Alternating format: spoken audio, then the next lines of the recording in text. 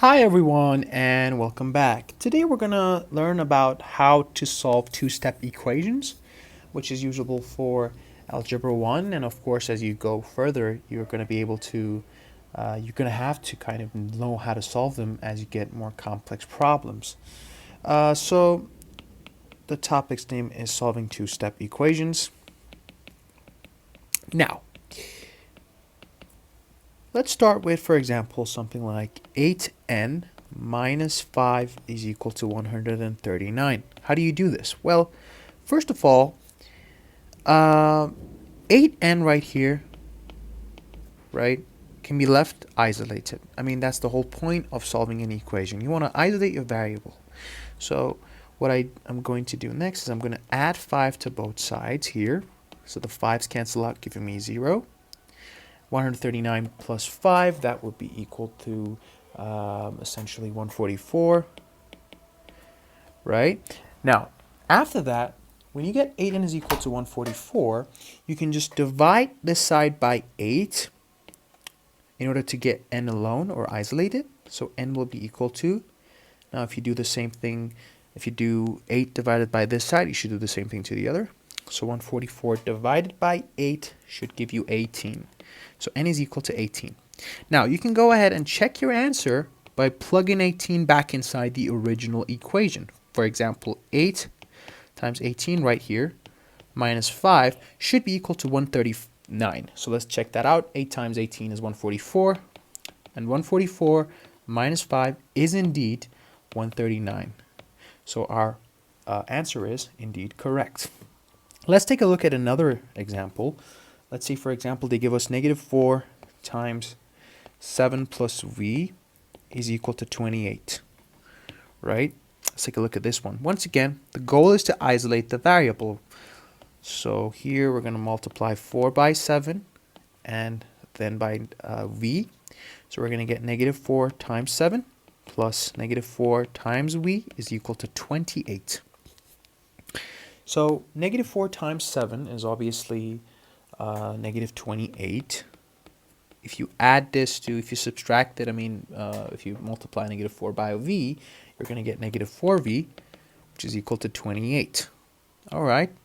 Now, the negative 28 right here needs to be moved to the other side, or you can just add 28 to both sides to get rid of it.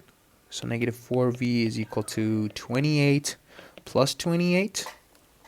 28 plus 28 is equal to 56. So negative 4v is equal to 56. Now, just like the last question, I need to get rid of the coefficient that's next to v, which is negative 4. So I'm going to divide the side by negative 4, but I should do the same thing to the other.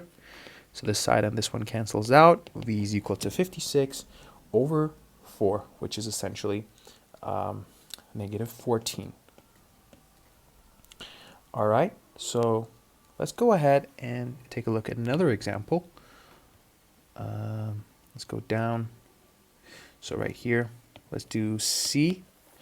Now, for this one, we can do something like negative 6 is equal to n over negative 14 minus 5. So n is 14, negative 14. Okay. So first of all, right here, in order to find out the value of n, the first step is to get rid of any numbers that are next to it. So I'm just going to write this as n over negative 14 is equal to negative 6 plus 5, right? So I'm basically adding the negative 6 to 5. So I'm going to get negative over n over negative 14 is equal to negative 1. So n can be equal to, now, as for the next step, be careful and listen carefully right now. In order to get rid of the denominator of n, because n has to be left by itself without any denominator, so it's going to be n alone, I should multiply this side by negative 14. And if you ask why, because if I do that, I get negative 14n over negative 14. So the 14's cancel each other out, leaving n alone by itself, which is our goal. Now you should go ahead and do the same thing to the other side. So you are going to get positive 14 as your final answer. And you can even check this further. You can plug this inside your equation right there. Let me do that. So you're going to get 14 over negative 14. Instead of n, I'm putting 14, which is what I just found, minus 5. Now, 14 over negative 14 is negative 1.